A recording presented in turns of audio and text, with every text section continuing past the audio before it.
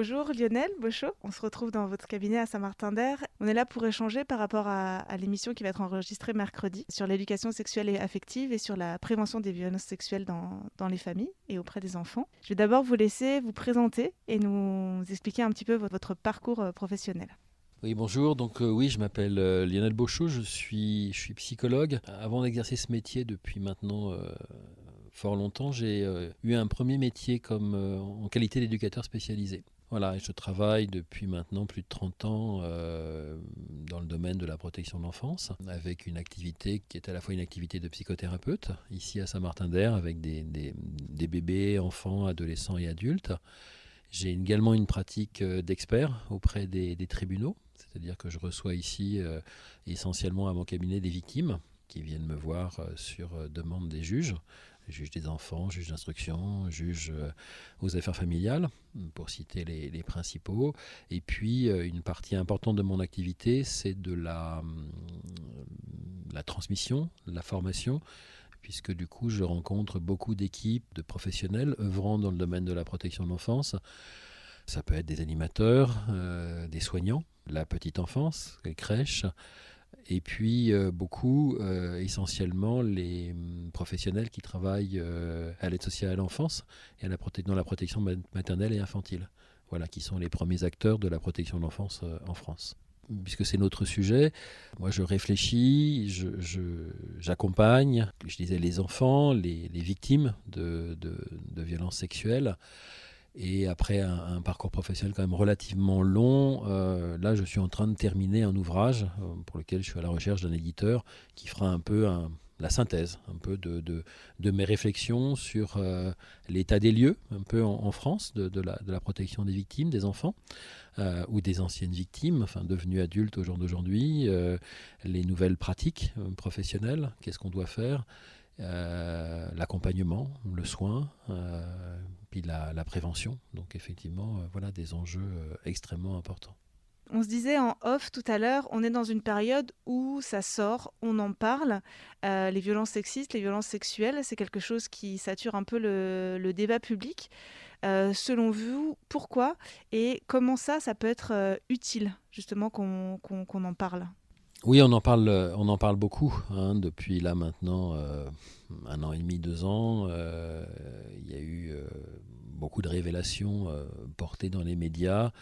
Des révélations par des personnes qui avaient pignon sur rue et qui du coup pouvaient se faire entendre là où plein d'autres personnes pouvaient également être victimes de violences sexuelles et n'étaient pas entendues ou mal entendues par les services de police, de gendarmerie. Nombre d'affaires de violences sexuelles sont classées sans suite, on le sait, on a des chiffres là-dessus. Donc du coup, ces personnes empêchées d'expression ou mal écoutées dans leur expression ont vu comme ça des porte-paroles arriver. Alors évidemment, c'est positif, c'est très bien. Je pense aux romans de Vanessa Springora, il y a plein d'autres. Et en même temps, je suis prudent. Je suis prudent parce que si on fait retour en arrière, en 1986, au dossier de l'écran, pour la première fois, effectivement, il y a une personne qui va prendre la parole et dénoncer les questions d'inceste. C'est Eva Thomas, cette femme qui prend la parole et qui décide de prendre la parole avec le visage non flouté, face caméra. Donc c'est vraiment la première fois et Eva Thomas va permettre la libération de la parole. En même temps, l'histoire nous a montré, et c'est une histoire très récente, qu'on n'arrête pas de passer par des phases où la parole se libère, puis la parole est éteinte, puis on ne veut plus en parler. Donc comme si on passait par des moments où les choses peuvent se dire, où l'horreur peut se dire, parce que l'inceste, ce sont quand même effectivement des choses aux limites de l'entendable. C'est inentendable, j'ai envie de dire. Hein, ça nous bouscule au fond de nous. Donc d'un seul coup, on entend, on en parle, et puis je crois qu'on met le voile là-dessus. C'est trop difficile, c'est trop douloureux. Donc ça, c'est une première chose. Donc la parole aujourd'hui qui se libère, c'est une très bonne chose. Faudrait-il encore une fois que tout cela ne se renferme pas parce que les médias vont trouver une nouvelle marotte voilà, soyons attentifs à ce que cette parole qui s'ouvre aujourd'hui et qui est une parole qui libère ne s'éteigne pas. Ce qui est nouveau aussi quand même, et là vraiment j'ai envie de le préciser, c'est la mise en place depuis le 1er janvier 2021 de la Commission nationale inceste qui s'appelle la Civise, qui a été donc nommée par le gouvernement pour une durée de plusieurs années, 3 ans je crois, 2 ou 3 ans, et qui déjà a fait des propositions et qui vont se transformer en décret ou en texte de loi. Donc peut-être pour la première fois, face à ces paroles qui viennent sur la place publique, on va peut-être transformer du coup ces paroles en actes. Je trouve que ça, c'est un moment un peu nouveau et j'en suis plutôt optimiste. Qu'est-ce qui fait, selon vous, que là, en 2021-2022, on arrive à écouter et à prendre en compte justement ces paroles qui avaient été écoutées en discontinu ou en pointillé, par exemple comme celle d'Eva Thomas il y a 35 ans? Je crois que c'est une très très longue évolution. Peut-être moi je vais revenir en arrière dans mon parcours professionnel parce que j'ai du coup un peu d'expérience et un peu d'ancienneté dans cette formation initiale d'éducateur spécialisé que j'ai réalisée avant justement la prise de parole d'Eva Thomas en 86. Je me souviens que dans ma formation d'éducateur spécialisé, on me disait et on nous disait, nous étudiants à l'époque, qu'à l'intérieur des familles, il pouvait se passer des choses graves. Voilà, des choses bonnes et des choses graves, bien entendu, mais que tout ce qui concernait en particulier la conjugalité ne concernait pas les acteurs de la protection de l'enfance. Aujourd'hui, on a complètement changé notre optique, puisque aujourd'hui, on reconnaît par exemple que les violences conjugales sont les premières violences et les premières maltraitances sur enfants. Que les enfants sont aujourd'hui des co-victimes des violences conjugales. C'est tout récent quand même, cette prise de conscience. On est héritier quand même d'une longue histoire où ce qui se fait à l'intérieur des familles est un domaine totalement privé et on n'a rien à entendre de ce qui s'y passe. Voilà. Donc les textes de loi ont changé au fil du temps, mais les mentalités, elles, ont peut-être changé moins facilement, moins rapidement. Et puis je crois que là où on est aujourd'hui, c'est le fruit et le résultat aussi des luttes importantes des femmes, des mouvements de libération des femmes dans les années 60, 68, voilà, qui ont préparé aussi le mouvement de la libération de la parole de l'enfant. On le sait aujourd'hui, si on regarde sur un contexte plus géopolitique, dès lors qu'un pays commence à perdre en démocratie, ce sont les droits des femmes et des enfants qui vont disparaître en premier. Et ces acquis du droit des enfants sont des acquis très récents, qui ont pour la plupart moins de 50 ans et qui sont encore très fragiles. Donc cette parole qui se libère, je crois qu'elle se libère au terme d'années et d'années, de dizaines d'années d'essais de prise de parole, mais aussi de refus d'entendre cette parole.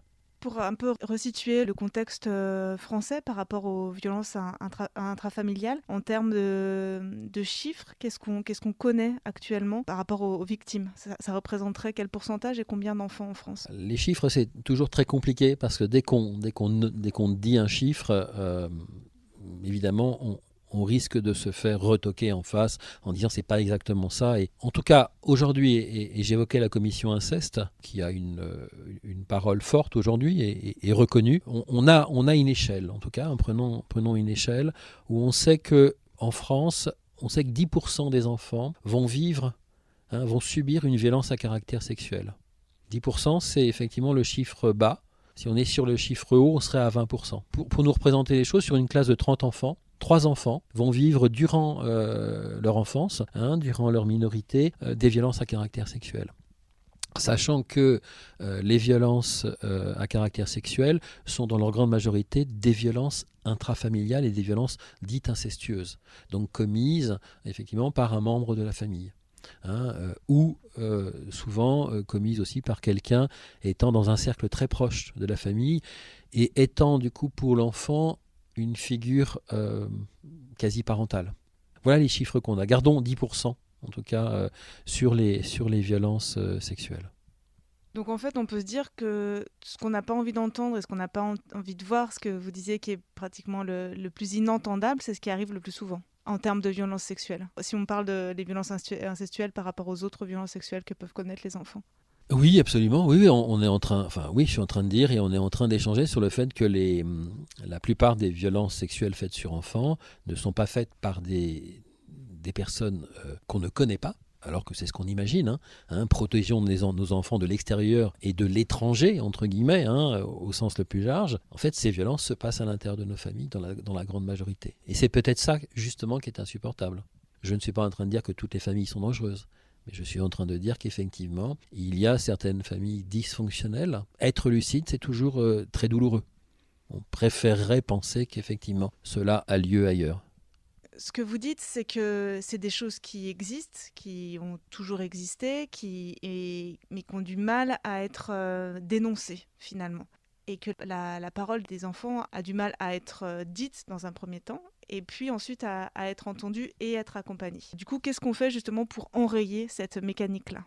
C'est une question très, très délicate. On entre dans un sujet, et on est dans un sujet très délicat. Je vais aussi un peu revenir en arrière. Je crois que c'est vraiment important. On a appris des choses ces dernières années. Et je crois que du coup, l'apprentissage qu'on a fait, il est bien de le communiquer. Quand on est victime de violences à caractère sexuel et qu'on est un enfant, on ne sait pas ce qui nous est tombé dessus. On n'a pas les mots pour parler de cette sexualité génitale adulte, parce que l'enfant n'a ni le corps, ni la tête, ni le psychisme pour dire ce qui lui est arrivé. Donc, pendant très longtemps, quand on a fait de la prévention, on cherchait à ce que l'enfant puisse dire les choses. Mais c'est pas possible. L'enfant, il ne pourra dire les choses qu'à sa façon, qu'en fonction de son âge, avec les mots qu'il a à l'intérieur de lui, avec le corps qu'il a. La sexualité adulte, il ne sait pas ce que c'est. C'est pas à l'enfant de mieux nous le dire, c'est à nous adultes de mieux entendre ce que l'enfant dit avec ses mots. C'est ça le travail, effectivement, de prévention, et de trouver, du coup, éventuellement, les personnes relais après, vers lesquelles nous pourrons orienter cet enfant. Mais l'enfant, lui, partons du principe qu'il ne peut pas le dire. Il ne peut pas le dire clairement. Voilà. Mais il ne pourra pas le faire mieux, lui, cet enfant. On se disait par rapport à la répétition, par rapport au fait que c'est pas si simple que les plaintes soient déposées, puis ensuite jugées, etc. Qu'est-ce qui fait qu'à un moment on peut voilà, enrayer la machine de la reproduction, de la répétition ? Parce qu'il y a d'un côté la protection, la prévention, puis il y a d'un côté une politique qui peut aussi dissuader. Sur votre question, qu'est-ce qu'on peut faire ? C'est déjà savoir aussi que lorsqu'un enfant fait part et raconte qu'il a été victime de violences, et de violences sexuelles en particulier, dans la très grande majorité des cas, et des études ont été faites là-dessus, sur ce qu'on appelle les allégations de violences subies, dans la très très grande majorité, l'enfant dit quelque chose qui est vrai. Il peut parfois se tromper sur l'auteur, parce que l'événement a été tellement violent qu'elle a pu brouiller ses repères, ce qu'on appelle le traumatisme, le trauma, mais effectivement, dans la très grande majorité des cas, on sait dans plus de 95% des cas, l'enfant dit quelque chose de vrai.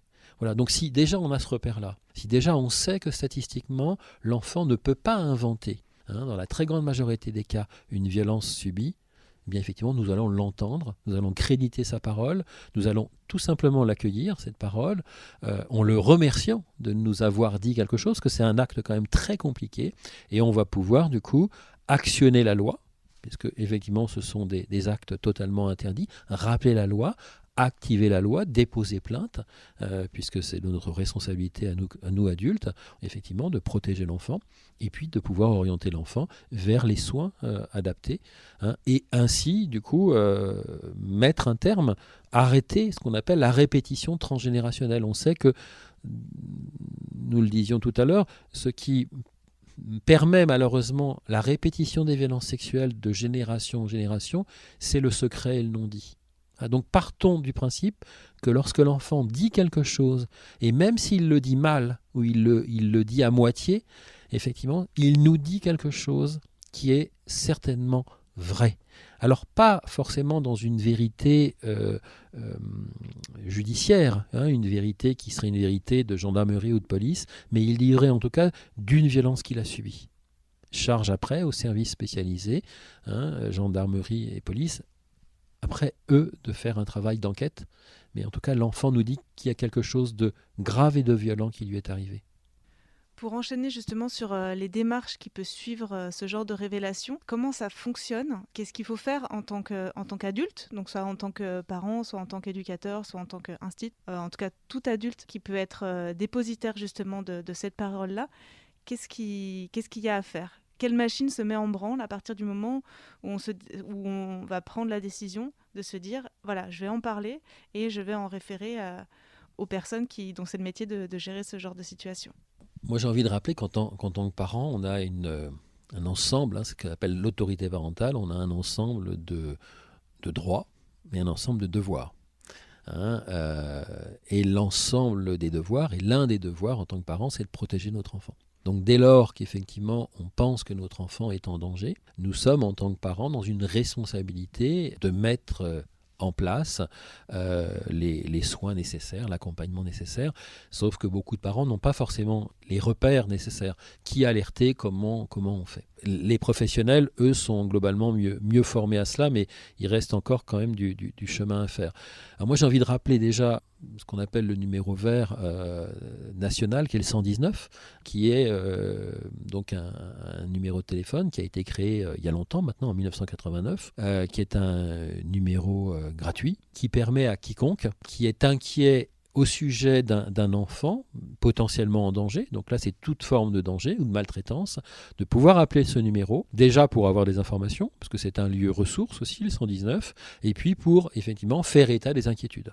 Donc en face là, on a un professionnel qui saura nous aiguiller et nous indiquer la démarche à suivre. Donc là, je pense qu'effectivement, c'est le point de repère essentiel. La deuxième démarche, en tant que parent, ou en tant que citoyen d'ailleurs, et en tant que citoyen, c'est que dès lors que nous pensons qu'un enfant est en danger ou en risque de danger, c'est-à-dire qu'on n'a pas forcément la preuve, bien effectivement c'est de protéger l'enfant et bien entendu de nous tourner aussi vers les services de police et de gendarmerie pour aller déposer plainte. Et ensuite effectivement voilà, la machine judiciaire se mettra en marche. Il y a aussi la possibilité, c'est la troisième possibilité, et ça peut être les choses, effectivement, l'une ou l'autre, et les unes et les autres, c'est effectivement d'aller voir les services de protection maternelle et infantile, le service social de secteur, pour aller faire part, en tant que parent, de nos inquiétudes pour l'enfant. Et là, on a face à des professionnels qui sauront effectivement aiguiller les parents pour protéger leur enfant. Et concrètement, suite à ça, il peut se passer quoi? Est-ce qu'il y a une enquête sociale? Est-ce qu'il y a il y a des personnes qui viennent? On est face à qui? Est-ce que c'est des personnes de la protection de l'enfance? Est-ce que c'est des juges? Voilà. Est-ce que c'est d'experts? Et voilà. Pour essayer un peu d'imaginer qu'est-ce qui peut arriver, ça ressemble à quoi? La protection de l'enfance, en France, c'est une organisation qui est très complexe et qui fonctionne bien. Il y a plusieurs acteurs. Les premiers acteurs, c'est les professionnels du département. Donc le département en France, chaque département est en responsabilité de la protection des enfants et des mineurs sur son territoire. Donc la première possibilité qu'ont vont avoir les parents, c'est effectivement, c'est pour ça que j'évoquais tout à l'heure, de contacter les services sociaux, les services de la protection maternelle et infantile.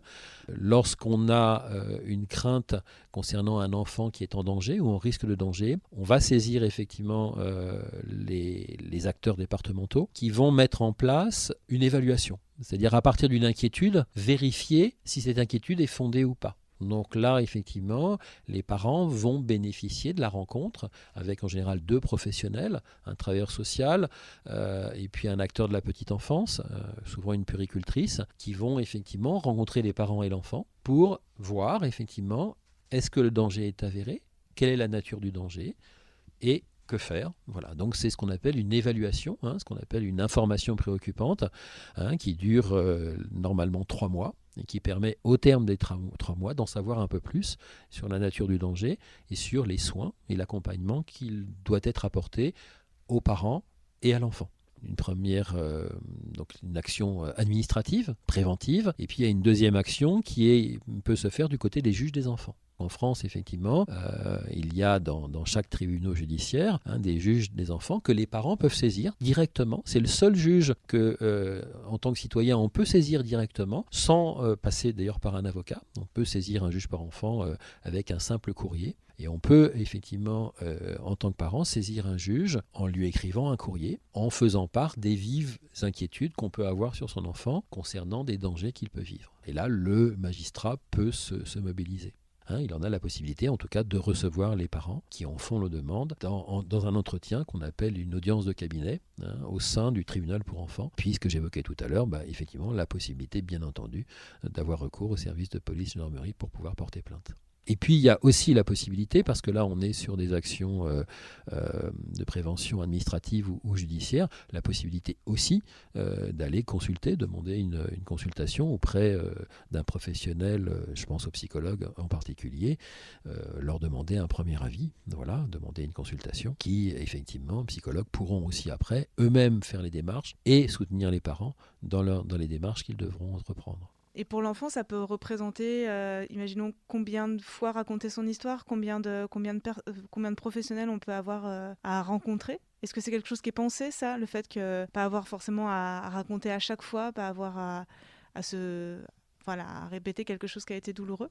Je l'évoquais tout à l'heure, la protection de l'enfance est un service qui a beaucoup évolué, et on a été très attentif à ce que vous venez de dire, c'est-à-dire on sait que plus l'enfant va répéter les violences qu'il aurait subies, plus il risque effectivement à chaque fois de se trouver en difficulté et dans une nouvelle souffrance, ce qu'on appelle les phénomènes de victimisation secondaire. J'ai été victime, et quand je raconte une nouvelle fois ce que j'ai subi, en même temps c'est nécessaire, parce que l'adulte, pour me protéger, il doit entendre ce que j'ai vécu, et en même temps si je le répète trop, effectivement ça va me faire du mal. D'une part ça va me faire du mal, et d'autre part je risque de ne plus avoir envie de le dire, et de me taire. Ou je risque éventuellement de dire autre chose, d'esquiver, parce que je suis un enfant, parce que j'en ai marre, parce que... voilà. Donc du coup, les services de protection de l'enfance sont très attentifs aujourd'hui à tenter d'éviter de faire répéter à l'enfant trop de fois son histoire. Et en particulier, les services de police et de gendarmerie, aujourd'hui, lorsqu'ils entendent un enfant qui a été victime de violences à caractère sexuel, par exemple, vont effectivement mettre en place, et c'est une obligation, un enregistrement audiovisuel. Donc l'enfant va être enregistré, filmé et enregistré, pour lui éviter effectivement cette répétition de son histoire douloureuse. Beaucoup de soins aujourd'hui sont apportés pour évidemment que l'aide n'augmente pas la violence de l'enfant, la violence subie par l'enfant initialement, quoi. Du coup, en tant qu'adulte et en tant que parent, qu'est-ce qui peut mettre la puce à l'oreille sans que l'enfant le dise clairement, mais qu'est-ce qui peut nous interpeller et peut-être être le signe justement qu'il y a un souci et qu'il y a quelque chose du côté des violences sexuelles subies par un enfant? Ce à quoi on doit être vigilant, et là je pense aux parents et aux professionnels d'ailleurs, c'est les changements importants de comportement d'un enfant. Je pense par exemple à un enfant qui est plutôt un enfant tonique, qui tisse des liens facilement avec les autres enfants, qui d'un seul coup effectivement va aller à l'école, par exemple je pense à l'école maternelle, ou à la crèche, et puis d'un seul coup les professionnels constatent que cet enfant d'un seul coup il est replié, il se cache, il semble avoir peur, enfin son comportement exprime un changement important. Donc ça c'est une première chose. Ceci dit, on peut un jour être différent d'un autre parce qu'on est triste, parce que voilà. Donc la première chose, c'est un changement de comportement important qui dure et qui s'installe durablement et pour lequel on ne trouve pas d'explication logique. Parce que, on peut se dire qu'un enfant, comme un adulte d'ailleurs, peut un jour avoir un souci. Il vient d'entendre, par exemple, que sa maman est au chômage ou son papa est au chômage. Donc effectivement, cet enfant va rejoindre l'école, va rejoindre la crèche et du coup va avoir un comportement différent. Là, c'est OK, tout va bien. Cet enfant est envahi par un souci et il nous montre un changement. Donc à ce moment-là, on a un changement de comportement, mais qui est relié à un événement précis. Ce qui va nous mettre vraiment la puce à l'oreille, c'est un changement de comportement sans explication logique et rationnelle. Et puis vous disiez aussi, quand on commence à avoir des inquiétudes, est-ce qu'il est de notre ressort à nous d'interroger directement l'enfant? Si oui, comment? Et puis sinon, pourquoi? Oui, c'est notre responsabilité, bien sûr, d'aller voir l'enfant, tout simplement, de lui signifier, de lui demander déjà, la première chose, c'est qu'est-ce qui se passe? Enfin voilà, c'est-à-dire de nous interroger, l'inviter à parler de ses émotions. Qu'est-ce qui se passe? Est-ce que tu as peur? Est-ce que tu es triste? Lui donner parfois, parce que les enfants, lorsqu'ils ne vont pas bien, peuvent être en difficulté pour exprimer et pour même eux-mêmes reconnaître leurs émotions. intime. Voilà. Et donc nous, en tant qu'adultes ou en tant que parents, on peut proposer à l'enfant des pistes. D'ailleurs, on peut d'abord lui dire, tu vois, j'ai l'impression, alors on va y aller avec des précautions oratoires. Il ne s'agit pas, nous, de plaquer nos sentiments et nos impressions sur l'enfant. Elles lui appartiennent. Mais l'enfant peut être en telle difficulté pour dire ou exprimer ses ressentis qu'il a besoin des fois qu'on lui prête nos mots et nos émotions. On va lui prêter en lui disant, est-ce que c'est ça ? Est-ce que c'est ça ? Donc on va y aller avec prudence, mais effectivement, on va du coup, il va comprendre qu'il y a d'un seul coup un intérêt, une attention portée à lui, une confiance en fait qu'on installe avec lui, voilà, un échange qu'on lui offre, et peut-être du coup, là pourra-t-il s'adosser à nos mots et à nos émotions pour pouvoir lui-même du coup trouver ses propres mots et ses propres émotions. C'est d'abord la littérature, je pensais à la littérature enfance-jeunesse, aujourd'hui propose beaucoup d'ouvrages extrêmement passionnants là-dessus. C'est-à-dire l'enfant va utiliser, en fonction de son âge, avec l'aide d'un adulte, ou sans l'adulte d'ailleurs, en fonction de l'âge que de l'enfant, va trouver à l'intérieur de ces pages, à l'intérieur effectivement des textes, à l'intérieur des images, effectivement des appuis pour trouver à s'exprimer, des appuis pour dire les choses. Voilà. Et ça, c'est extrêmement, extrêmement important. Donc c'est vrai que j'invite vraiment les parents à avoir, offrir à l'enfant toute une littérature. Je pensais là, avant de préparer cet entretien, enfin de vous rencontrer, je pensais en particulier aux 3 livres qui sont réalisés par Andrea Bescon. Et si on se parlait, ça s'appelle. Il y a trois ouvrages, effectivement, en fonction de l'âge des enfants, 3, 6, 7, 10, et puis au-delà de 10, qui sont justement des ouvrages qui permettent d'engager un échange avec un enfant. On n'est pas là, me semble-t-il, pour poser des questions fermées à l'enfant, parce qu'il ne saura pas y répondre. Et puis ce sont nos mots d'adultes qui peuvent le coincer, ou ils peuvent ne rien comprendre à nos mots d'adultes. Donc servons-nous d'ouvrages, par exemple, qui vont effectivement être un médiateur entre moi et mon enfant. Voilà, il y a des choses extrêmement intéressantes qui existent au jour d'aujourd'hui. Oui, ce que j'entends, c'est plus offrir un espace de parole, finalement, qu'aller vraiment chercher à avoir des informations quelconques. Oui, absolument. Alors en tant que parent, effectivement, ne pas se poser en enquêteur, quoi. Voilà. Effectivement, ouvrir un espace de parole, absolument. Demander à l'enfant s'il y a quelque chose qui ne va pas. Demander à l'enfant s'il a mal, si on lui a fait mal. Voilà, mais des questions très ouvertes, finalement. Voilà. Et voir ce que l'enfant peut nous dire à partir de là. Ce travail de questions fermées et très très précises sera éventuellement, si ça arrive là, le travail des enquêteurs et des services de police et de gendarmerie. Le parent, il est là, je dirais, avant tout pour envelopper l'enfant d'une bulle protectrice de mots et d'émotions qui vont permettre à l'enfant de pouvoir se laisser aller. Je crois qu'il ne faut pas qu'on oublie qu'un enfant qui a été victime est un enfant qui souvent a été sidéré. D'un seul coup, sa pensée, ses mots, ses émotions ont disparu. Voilà.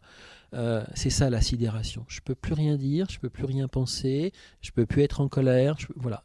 Et donc, du coup, une des premières choses, c'est bien justement de réanimer cet enfant et de lui redonner les mots, les émotions qu'on lui a enlevées. Pour continuer sur cette question de la prévention, en tant que parent, instinctivement, on va dire un peu dans les grandes lignes, on peut avoir tendance à dire si on te touche, si on te fait quelque chose que tu n'as pas envie qu'on te fasse, tu dis non. Moi, c'est quelque chose que j'ai pu dire à ma fille de 6 ans. Et c'est quelque chose qui est aussi dans un livre qui s'appelle Le Loup, où on voit la petite fille qui fait un gros non comme ça. Et donc, j'en ai échangé avec une amie qui, elle, a été victime de violences sexuelles en tant qu'enfant. Et elle m'a dit, mais en fait, c'est pas vrai. On peut pas dire non, comme vous le disiez, parce qu'au moment où on le vit, on peut ni parler, ni penser, ni rien faire. Donc, je me suis dit, bah oui, en fait, je dis ça à mes enfants, mais c'est pas ça qu'il faudrait dire. Donc, sur ce chapitre de la prévention, qu'est-ce qu'on dit, qu'est-ce qu'on fait, comment on accompagne l'enfant justement pour prendre conscience déjà, de son corps, des différentes parties de son corps, et puis de son intimité finalement. Dire à nos enfants quand même que effectivement, son corps, lui appartient, et son intimité, et que personne, effectivement, ne peut en faire usage, c'est extrêmement important. Donc, effectivement, quand on dit à nos enfants, effectivement, personne ne peut toucher ton corps sans ton accord. On parle d'intimité, on parle de pudeur, et là, on dit des choses très précieuses pour un enfant. Voilà. Donc ça, c'est pas inutile du tout. C'est fondamental. C'est toute la construction de l'intimité dans laquelle personne ne peut rentrer sans mon accord.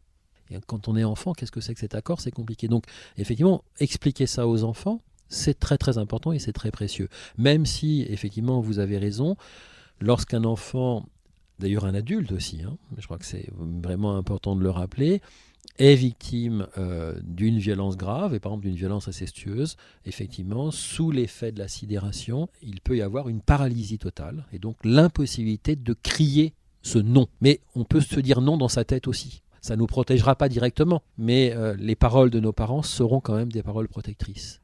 La question de la prévention, c'est une question extrêmement délicate. Moi, j'ai participé à des campagnes de prévention.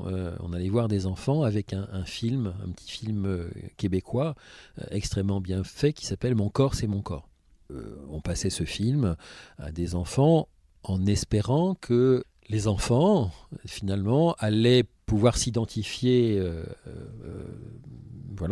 au personnage de ce film et pouvoir du coup interpeller leur instituteur ou leur professeur en disant « moi aussi, il m'est arrivé quelque chose ». Ça marchait en partie, puisqu'effectivement, après la présentation de ce film, certains enfants allaient voir l'instit en disant « moi, il m'est arrivé quelque chose ». Et du coup, l'instit pouvait alerter, prévenir les parents, et on pouvait faire ce qu'il fallait pour protéger cet enfant. Ça, c'est une première chose. Mais en fait, on s'est rendu compte aussi que certains enfants, on leur faisait violence en présentant ce film. Moi, je me souviens d'une enfant en 6e qui un jour a dit à sa mère « mais j'en ai marre, on nous parle toujours des choses qui font peur et pas des choses qui sont bonnes et qui sont belles ». Et elle avait raison, cet enfant. C'est-à-dire que si on doit parler aux enfants et faire de la prévention en particulier, et de pouvoir dire qu'il y a effectivement, et ça existe, et c'est la réalité, qu'il y a des gens qui peuvent me faire du mal. Des gens qui peuvent avoir avec moi, sur moi, me toucher mon corps, qu'ils n'ont pas le droit. Si on parlait aussi de la sexualité qui fait du bien, comment à la fois il est possible et on doit prévenir les enfants d'un certain nombre de risques, mais en même temps leur faire part aussi de ce qui est beau dans la vie. C'est une histoire d'équilibre. Ça, c'est une première chose. La deuxième chose, quand on passait ce film « Mon corps, c'est mon corps », on allait voir après les instits. Lorsque l'instit nous disait finalement cet enfant est venu me voir après la projection, on demandait à l'instit mais est-ce que finalement il ne vous l'a pas dit auparavant? Et la plupart du temps, l'instit disait si finalement, je crois qu'il me l'a dit auparavant, mais moi j'ai pas pu entendre.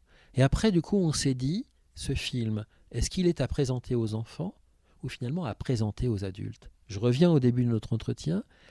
Nous n'avons pas à demander aux enfants de mieux nous le dire, mais nous avons, nous, adultes, à mieux voir et à mieux entendre ce que l'enfant nous dit entre deux portes, souvent, à mi-mot. Voilà, je crois que ça, c'est vraiment très, très important.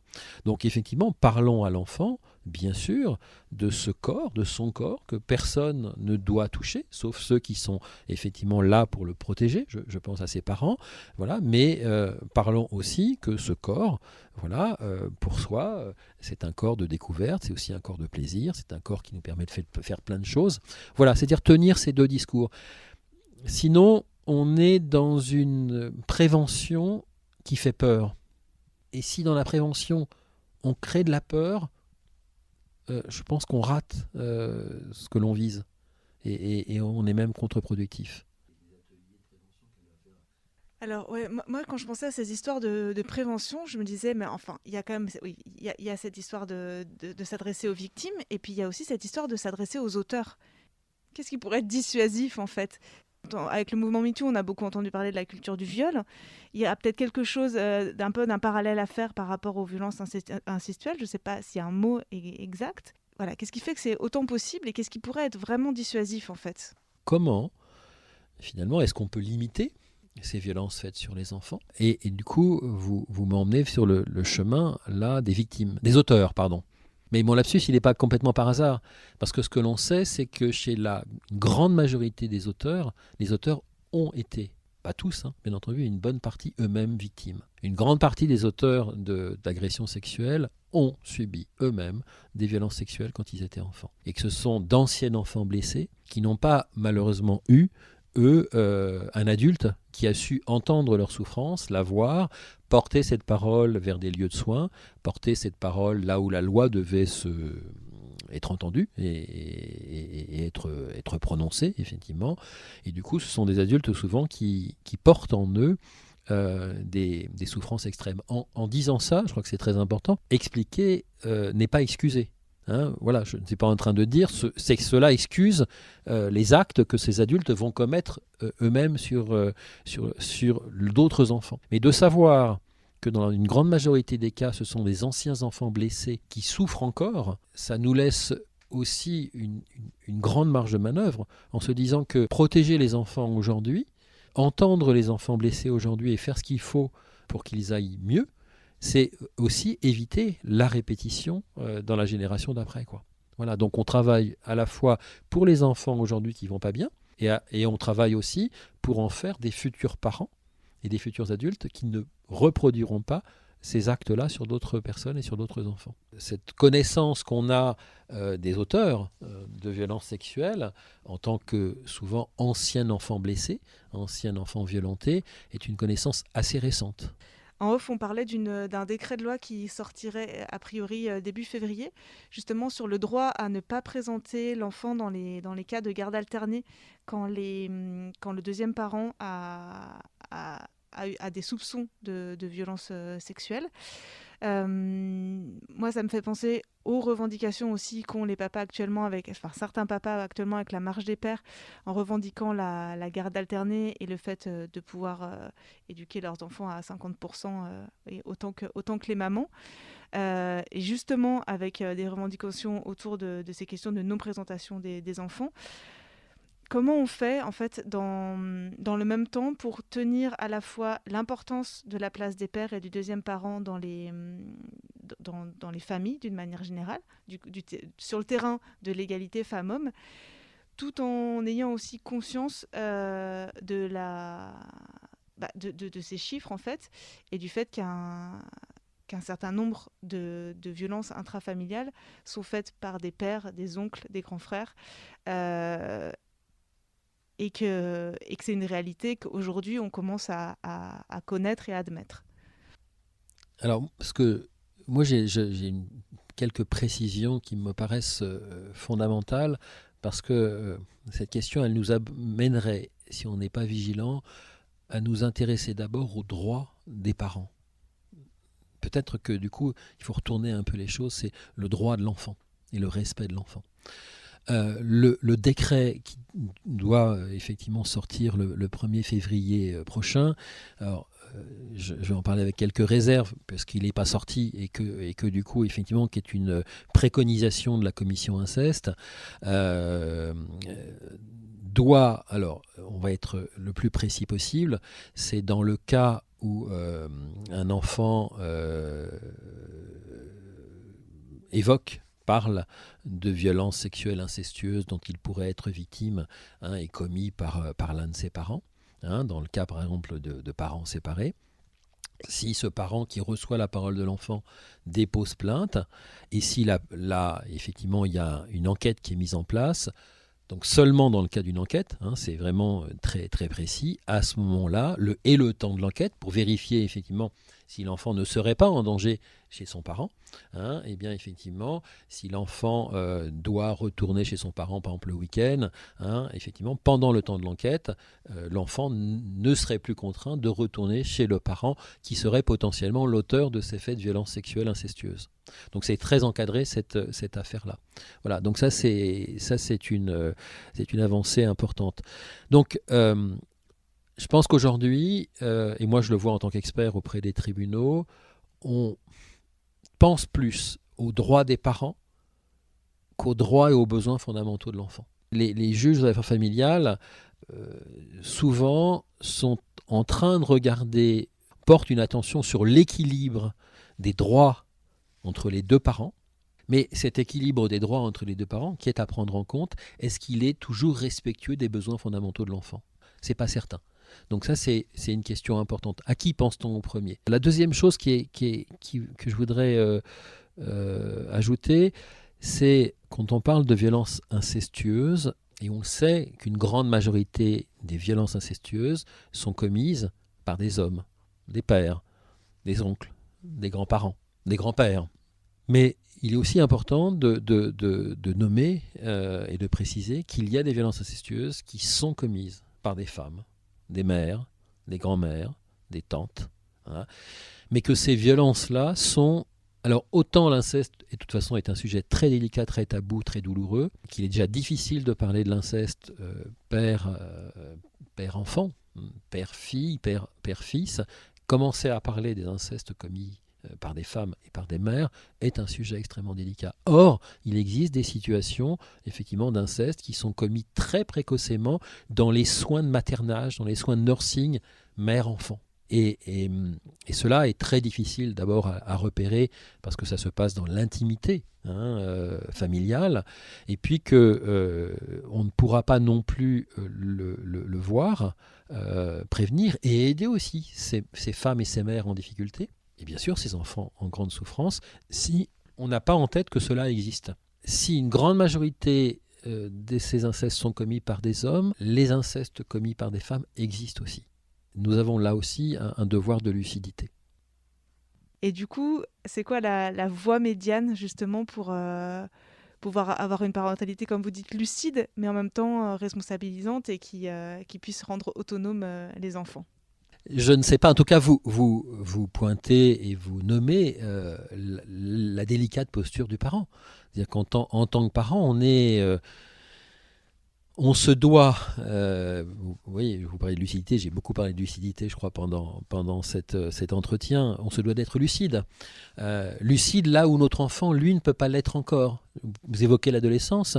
À l'adolescence, on a à la fois ce corps qui change, mais d'ailleurs ce corps qui change plus vite que notre tête, que notre psychisme. Et on a, par exemple, au début de l'adolescence, au début de la puberté, un corps qui se sexualise sans même que l'enfant puisse se rendre compte que ce corps change. Il en est surpris, il en est étonné, il en a peur, ou au contraire il l'attend, mais de toute façon il est débordé par ce changement pubertaire. La puberté, c'est toujours quelque chose qui nous a attaqué un jour. Ça nous est tombé brutalement dessus. Et donc l'enfant, il a un corps, l'enfant qui est en train de devenir un adolescent, qui est un adolescent dans son corps, mais un enfant dans sa tête. D'accord, voilà. Il a un corps d'adulte, mais avec une tête de nourrisson. On voit bien ce que c'est. En sixième, on a effectivement des corps d'adultes comme ça, avec des têtes de nourrissons. Voilà. Et notre travail, justement, ou notre responsabilité en tant que parent, c'est de savoir que notre enfant, en train de devenir une femme ou un homme, mais il y a du chemin encore à faire, et finalement, il a besoin de notre protection. Il a besoin qu'on nomme pour lui. D'ailleurs, il ne va pas vouloir toujours l'entendre, mais que, effectivement, d'un seul coup, il produit quelque chose qu'il ne sait même pas. Donc, comment on fait? Et moi, je n'ai pas de réponse, évidemment. Évidemment, sinon, je l'aurais déjà écrit. Mais comment on va faire pour, effectivement, ne pas effrayer l'enfant? Parce que sinon, effectivement, on peut nous-mêmes produire, finalement, sans le vouloir, une forme de violence sur notre enfant. Et en même temps, bien sûr, ne pas le laisser complètement nu dans un monde dans lequel il pourrait être exposé, quoi. Je vais prendre un exemple qui est peut-être qui est éloigné du champ des violences sexuelles, peut-être pour penser plus simplement les choses et être moins effrayé. Il y a quelques années, j'avais une femme en psychothérapie.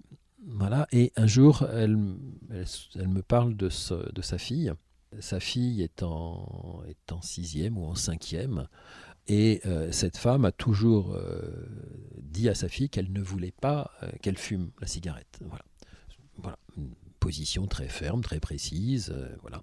Et un jour, cette femme quitte son boulot un peu plus tôt et elle veut faire la surprise, qui est toujours une mauvaise chose. Elle veut faire la surprise à sa fille d'aller la chercher à la sortie du collège. Et elle surprend sa fille en train de fumer une cigarette. Voilà. Elle fait demi-tour, elle rentre chez elle, elle n'est pas bien, et voilà. Et elle me parle de ça en me disant, mais j'ai toujours dit à ma fille que je ne voulais pas qu'elle fume. Elle est en train de fumer là devant le collège, donc ça veut dire que tout ce que j'ai dit pour l'instant, c'était nul, c'était inutile. Voilà. Et ma réponse a été de lui dire, mais non, pas du tout. Effectivement, votre fille, elle a intégré tous ces interdits.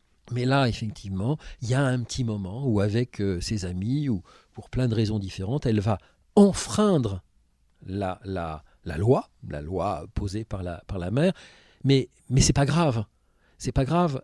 Elle sait ce que vous avez dit. Voilà. Ce que vous avez dit, la protection que vous lui avez donnée par les mots, ça infuse à l'intérieur d'elle.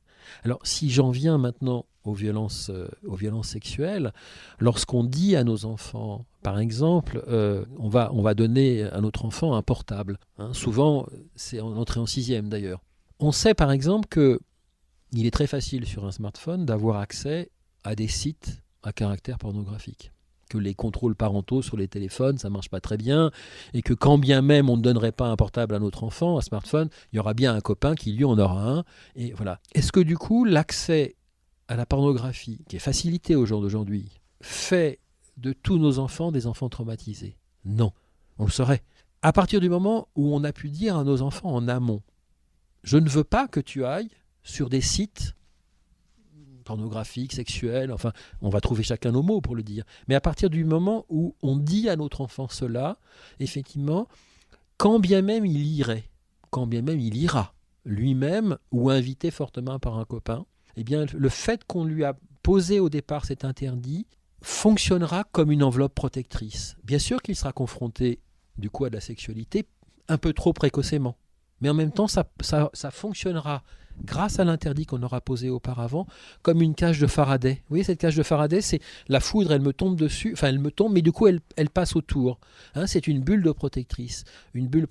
Donc les noms, les interdits que nous posons à nos enfants, même s'ils sont enfreints par l'enfant, fonctionnent quand même comme une cellule protectrice. Donc ça c'est important, parce qu'on pourrait aussi avoir, et c'était une de vos questions tout à l'heure, une représentation du monde aujourd'hui qui est un monde extrêmement dangereux.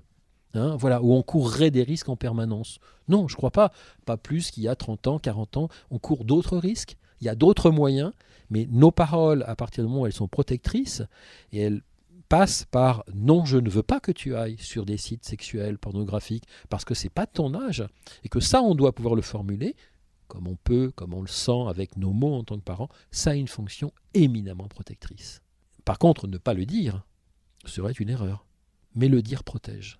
C'est-à-dire que l'enfant va quand même peut-être aller sur la sexualité, mais ça n'aura pas un impact traumatique. Bien sûr, ça aura un impact sur lui, mais ça n'aura pas d'impact traumatique. C'est-à-dire que ça n'aura pas de conséquences graves sur son développement. On a beaucoup parlé de lucidité. Il y a un autre mot que je voudrais mettre en parallèle de la lucidité. C'est ce que j'appelle un fil tendu. C'est-à-dire qu'en tant que parent, on doit effectivement être lucide. Donc la lucidité passe par justement le fait de nommer des choses parfois difficiles. Il existe des dangers, ça s'appelle la lucidité. Un parent non lucide est un parent non protecteur. Mais en même temps, comment tenir aussi l'autre bout du fil tendu? L'autre cap, c'est le cap de l'espoir. C'est-à-dire que le monde aussi est beau, il y a du possible, il y a des choses extraordinaires qui peuvent se faire, tu vas grandir, voilà, il y a des épreuves à passer, mais ça nous fait grandir. Donc comment en tant que parent, on tient ce double cap de la lucidité et de l'espoir? Et si on tient ce double cap, encore une fois, j'ai envie de dire, tout va bien. L'enfant va faire son chemin, va faire cette traversée et va devenir un homme et une femme tout à fait bien suffisamment bien dans ses baskets en tout cas. Lucidité et espoir.